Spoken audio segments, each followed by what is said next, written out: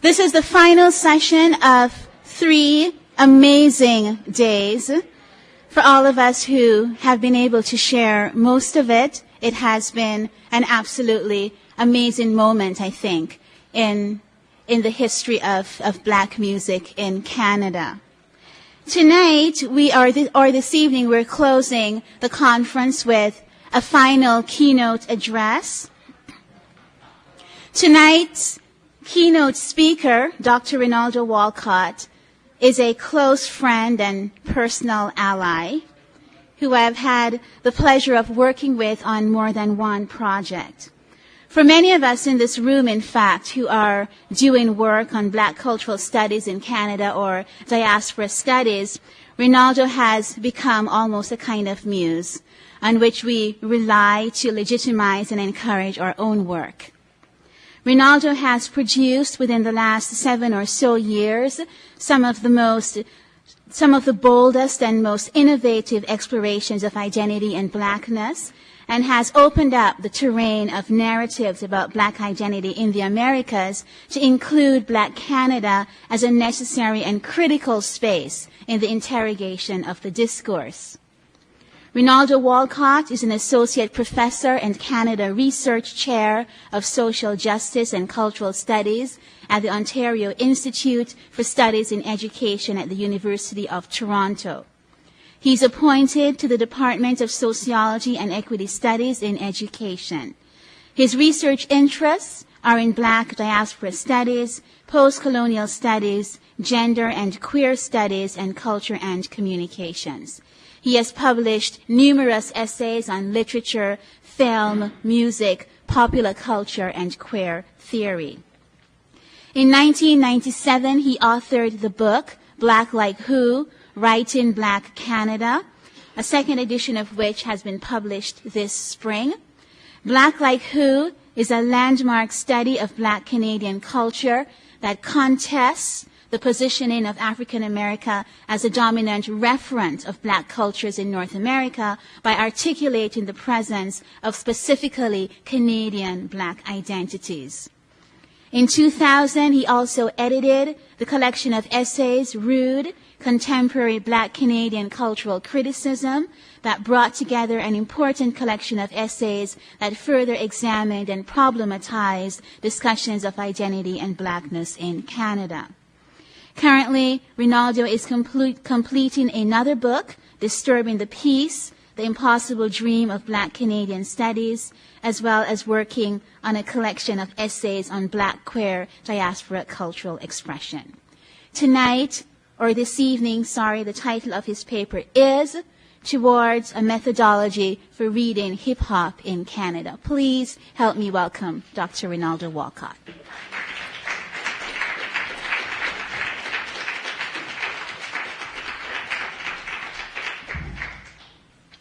Thank you. Every time I see Andrea's face, every time Andrea and I look at each other, we laugh. We like each other that much. First, I need to make a public apology to the organizers of this conference for not being here for all of the conference. That's just the story of my life. I couldn't get here, and I know that I missed a really important historic moment, just not in terms of black Canadian music, but in terms of black Canadian studies. But I hope that my absence here, kind of allows me to, I guess, say a few things that might or might not fit into what you guys have been discussing for the last 3 days. Okay, so I'm going to begin. I gave this paper an undecidedly on hip title because of the preponderance of hip-hop papers on the program, and also because the rush to cool in relationship to hip-hop and the academy has recently begun to give me pause. I have been writing about hip-hop and critical theory since the early 1990s. Hip-hop deserves serious scholarship, and I by no means mean to suggest that the stampede to write about hip-hop in the academy has not been serious. However, I detect a kind of romance on the one hand with a kind of dismissal on the other that has not been very helpful to hip-hop scholarship and what I think is its crucial and important place in the academy. How then do we arrive at a hip-hop scholarship that might contribute to broader debates about black expressive culture? How do we produce a hip-hop cultural criticism that is taken as seriously as and seen to be as rigorous as, say, for example, jazz scholarship? I ask these questions at the outset because these questions lie beneath what I would like to say about Canadian hip-hop, black Canadian cultural criticism, and the place of black peoples in Canada in the national imaginary and the remaking of the public sphere of the national imaginary. Am I going too fast? Okay, just right? Good.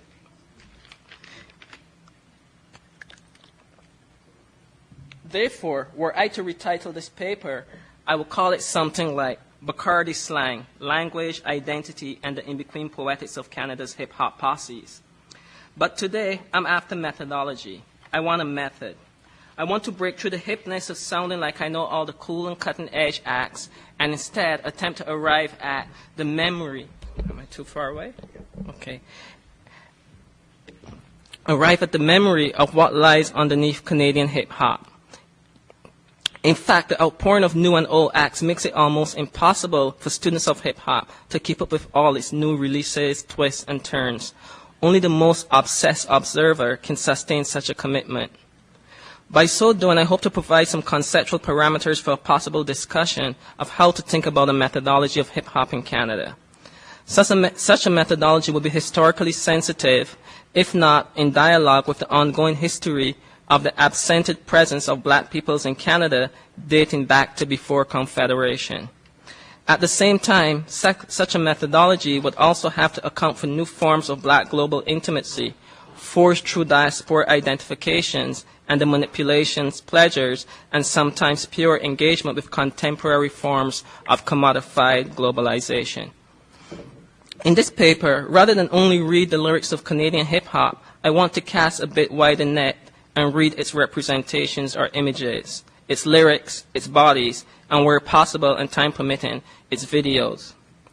On a wider scale, my reading of hip-hop in Canada rebukes George Eliot Clark's claim, intellectually faulty as it is, that black Canadian culture is fundamentally conservative. Instead, I would suggest that black Canadian culture is far more insubordinate than it is often given credit for. And furthermore, that its insubordination cannot be easily recuperated for the conservative and nativist project that George Eliot Clark has recently set out to accomplish in his collected essays. First, a few words on the politics of black Canadian cultural criticism. In Cardinal's Bacardi Slang, he locates the uniqueness of black Canada somewhere between the formal and imagined identities and cultural expressions of African Americans and the Caribbean. This temporal and linguistic location is immediately undermined by Cardinal in his articulation of the black geographies of Canada, and in particular the T-dot. Not many years ago in the mid to late 1990s, I frequented, quite briefly because I grew my dreads again, I had missed them too much, a barbershop on St. Clair Avenue West where the first T-dot T-shirts were sold. This barbershop was run by a group of hip, urban, young black men who constituted a community of desire, possibility, and a tentative remaking of the Canadian urban landscape. The guys at this shop were excellent examples of what I have elsewhere called a new black Canadian self-assertiveness and confidence. Part of the confidence was that these guys knew that the urban, such as it was markedly black. Thus, part of what I will be suggesting in this talk today is that partly what is at stake in Canadian hip-hop is a refiguring of and elaboration of the urban landscape of Canada, and by extension, the urban landscape of North America, black and otherwise. In fact, hip-hop makes all of North America black. Before I suggest more about this refiguring and elaboration of the urban landscape, I want to take a brief detour and discuss the state of black Canadian studies. Incipient but not insignificant, though it may be, and this conference is a good indication of how significant black Canadian studies is, given all the kinds of press that it's received. But I want to visit black Canadian studies to raise some issues and concerns for its continued development and institutional recognition. As this conference indicates, black Canadian studies, though in its infancy, is a rich set of politically configured desires, hopes, possibilities, failures, and potential, all wrapped up in mounds of excitement and in Black Joy, to steal an Ishmael Reed phrase. Thus, Black Canadian Studies is set to reshape the metaphorical and material ground of Canadian studies and the Canadian Academy. In this vein, understanding the multiple ways in which Blackness makes its presence felt in Canadian institutional spaces is particularly important. And even more so, the political stances of the critics of Black Canadian culture will be crucially important on this front and should be given close scrutiny for what they say about Black Canadian culture.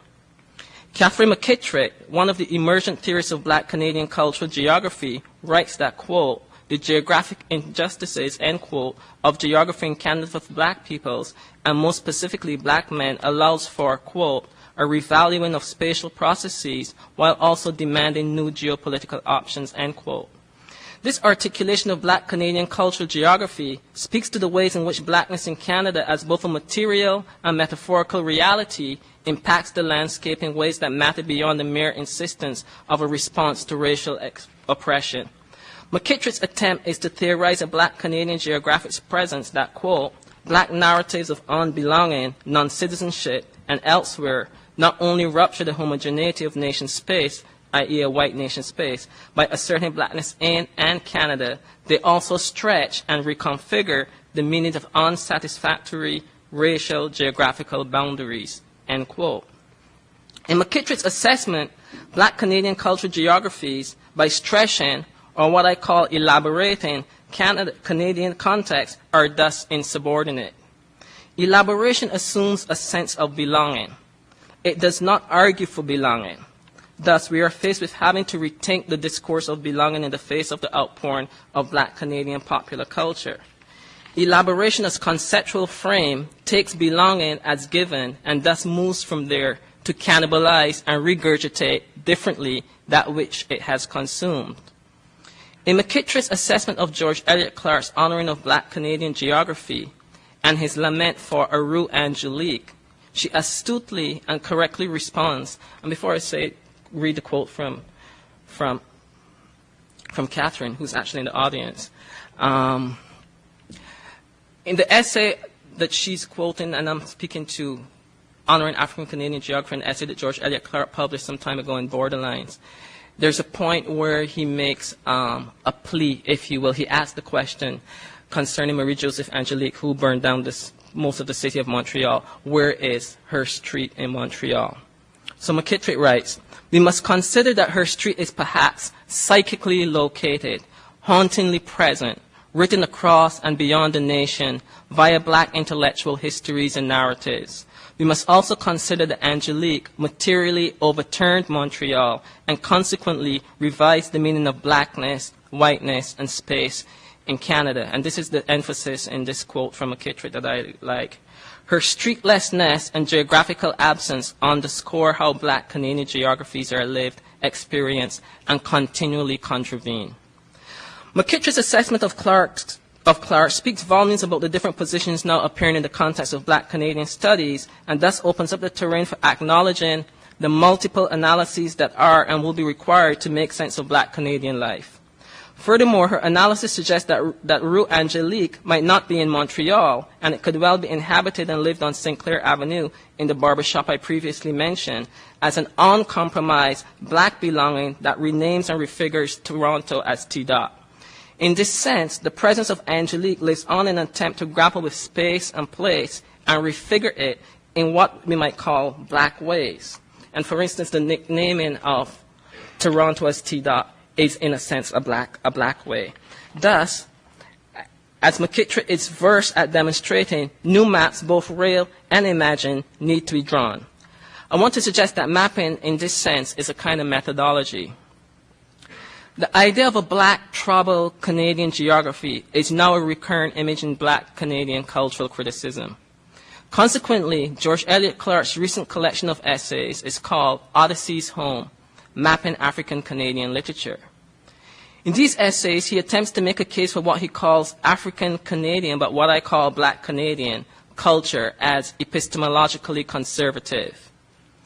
Now, this is no mere conservatism, as in a kind of uptight politics. Instead, this is an epistemological claim that for Clark is grounded in the philosophical opinions of George Grant and then hybridized with Pierre Elliott Trudeau's liberalism and a dash of selected black diaspora intellectuals and scholars like Frantz Fanon. A curious and interesting hodgepodge. Additionally, the influence of something we used to call the black church is central to Clark's analysis. Now, apart from Clark's lack of marking the difference between membership in the conservative political party, a la the Tories, and a conservatism that is about epistemological constitution, Clark bends over backwards to try to make a case for black Canadians' acceptance in this nation based upon his articulation of this imagined black conservative tradition that he invents in essay after essay in Odyssey's Home.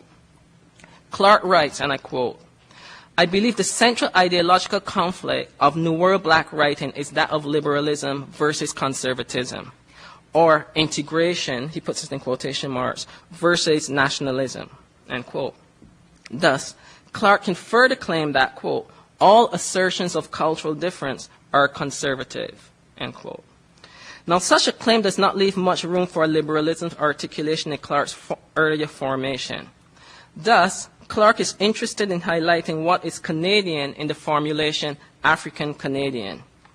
Thus, recounting his experience as African Canadian in North Carolina, Clark reports that what went missing in how others encountered him was the Canadian element. Clark plays both sides of the Canadian coin. On the one hand, not knowing what Canadian is, that cliched Canadianness, which is very Canadian, and on the other hand, being quite able to identify and figure quite assuredly what is Canadian when it meets blackness. For example, any suggestion of roughing it in the bush or survival is Canadian in Clark's assessment. It can't be maroon or it can't be anything else. It has to be Canadian. It has to be somehow related to a kind of Atwood-esque narrative of roughing it in the bush, Susanna Moody, so on and so on. On the other hand, it seems to me that what is at stake is not reading for nor seeking to find something we might call Canadian in the formulation black Canadian. Such an attempt is to stabilize what Canadian is and thus attempt to fit others into an already stable configuration. Instead, I want to suggest that what is at stake is an elaboration of what Canadian might mean and thus also an ongoing elaboration of blackness. By this I mean that the elements of what constitute Canadian are then both historically accounted for and simultaneously engaged in processes of change and or transformation.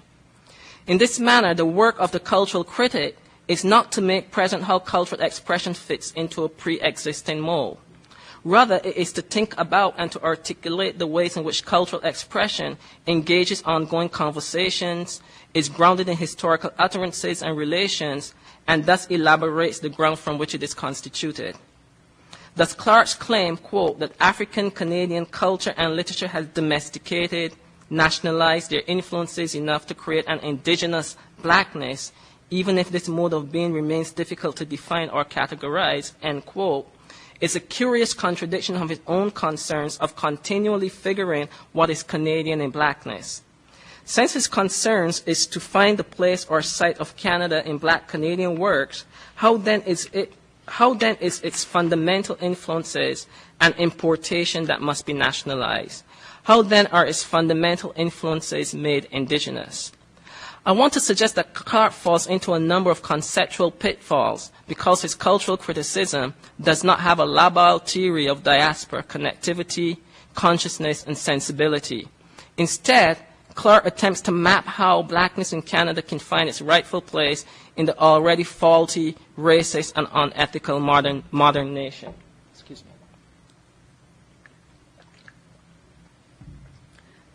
Clearly, counter to George Eliot Clark's narrow nationalist desires, I offer diasporic connectivity as an important way to read the ways in which black Canadian culture elaborates the nation.